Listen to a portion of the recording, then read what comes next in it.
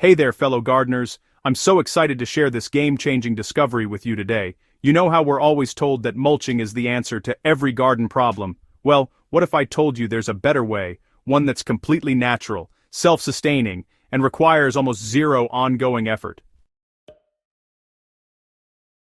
I stumbled upon this method after years of hauling bags of mulch, spreading wood chips until my back ached, and constantly reapplying as it decomposed. Don't get me wrong, mulch has its place, but there's something incredibly satisfying about letting nature do the heavy lifting instead. That's where these two magical seeds come in, white clover and creeping thyme.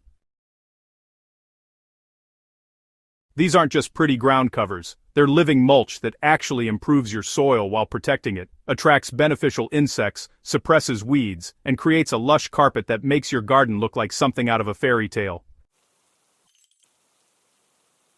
Let me walk you through exactly why these two seeds are about to revolutionize the way you garden.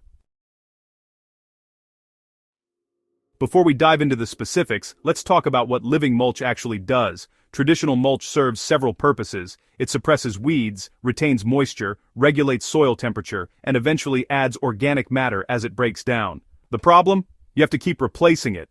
It can harbor pests, and it doesn't actively contribute to your garden ecosystem while it's sitting there. Living mulch takes all those benefits and amplifies them. These low-growing plants create a protective layer over your soil, but they're actively working for you every single day.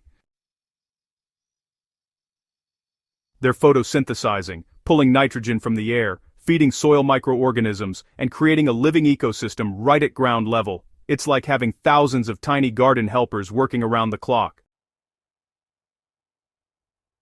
Let's start with white clover, which I genuinely believe is the most underrated plant in gardening. This humble little legume is an absolute workhorse, and once you understand what it does, you'll wonder why you haven't been using it all along. White clover has a special relationship with bacteria in the soil called rhizobia. These bacteria colonize the clover's roots and pull nitrogen directly from the air, converting it into a form your plants can use. We're talking about free fertilizer, folks, the kind you don't have to buy, mix, or apply.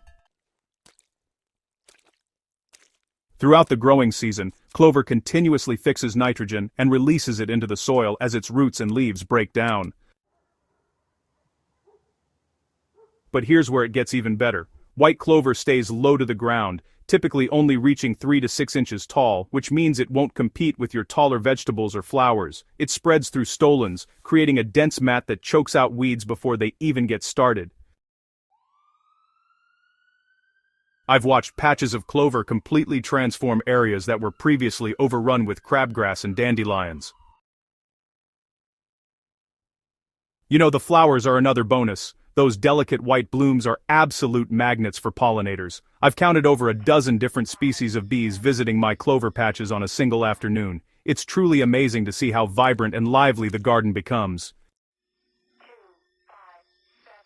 And, well, more pollinators mean better fruit set on your tomatoes, squash, and peppers. Your garden becomes a connected ecosystem rather than isolated plants struggling on their own. It's like everything just works together in harmony. So, when you scatter white clover seeds, you're not just planting a ground cover. You're installing a complete soil improvement system that maintains itself year after year. It's pretty incredible how this simple plant can do so much good for your garden. In most climates, it's perennial, meaning it comes back season after season without any effort from you. Now let's talk about creeping thyme, which brings a completely different set of superpowers to your garden. While clover focuses on soil nutrition, thyme is all about creating an impenetrable living carpet that nothing unwanted can penetrate. Creeping thyme forms an incredibly dense mat, growing only 2 to 3 inches tall and spreading aggressively once established. It's tough as nails, tolerating foot traffic better than grass, and it thrives in conditions where other plants struggle. Got a hot, dry area where mulch dries out in days? Thyme loves it. Have clay soil that bakes hard in summer? Thyme will cover it beautifully. The aromatic oils in thyme serve as a natural pest deterrent. I've noticed significantly fewer aphids, cabbage moths, and other common garden pests in areas where thyme grows densely. It's like having a protective barrier around your vegetables that repels trouble, without any chemical intervention. When thyme blooms in early summer, it creates a purple-pink carpet that's absolutely stunning. Like clover, it's a pollinator magnet, but it attracts a different crowd. You'll see native bees, butterflies, and beneficial wasps that prey on garden pests. The blooming period lasts several weeks, providing sustained food sources when pollinators need it most. Here's something I love. You can harvest thyme for cooking without harming the plant at all. I regularly snip handfuls for roasting vegetables or making herb butter, and the plant just keeps spreading. It's functional, beautiful, and edible. The trifecta of useful garden plants. Getting started is ridiculously simple, which is part of why I'm so enthusiastic about this method. In early spring or fall, when soil is workable and rain is more frequent, clear any existing weeds from the areas you want to cover. You don't need perfect soil, just remove the competition.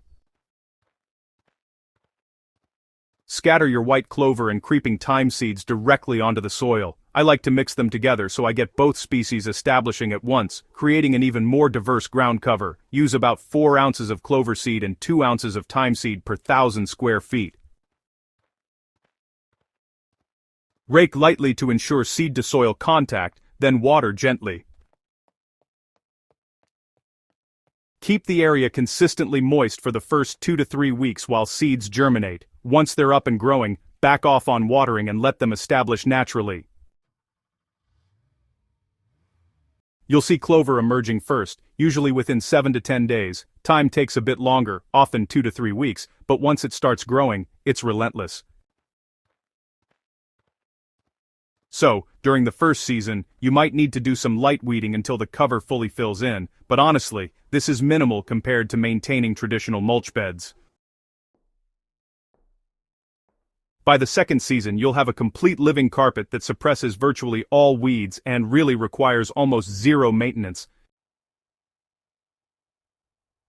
These two seeds work brilliantly in so many garden situations. Plant them as pathways between raised beds. They're soft underfoot and, never turn muddy like bare soil. Establish them as understory plantings beneath fruit trees, where they'll fix nitrogen while protecting roots and conserving moisture. I've successfully grown them between widely spaced vegetables like tomatoes, peppers, and brassicas. The living mulch keeps soil cool, prevents water from splashing soil-borne diseases onto lower leaves, and maintains consistent moisture levels. Your plants grow healthier with less intervention from you.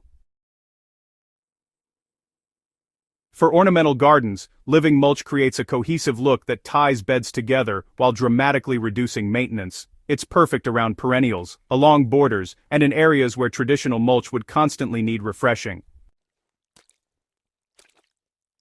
Once you experience the difference living mulch makes, the reduced watering, eliminated weeding, improved soil health, and increased biodiversity, you'll never look at gardening the same way. These two simple seeds transform your garden from something you have to constantly manage into a self-sustaining ecosystem that works with you, not against you.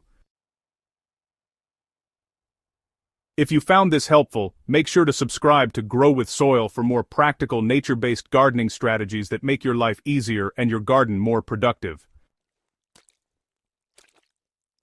Share this article with your fellow gardeners who are tired of the mulch treadmill. Let's spread the word about smarter, more sustainable growing methods together. Happy gardening, friends.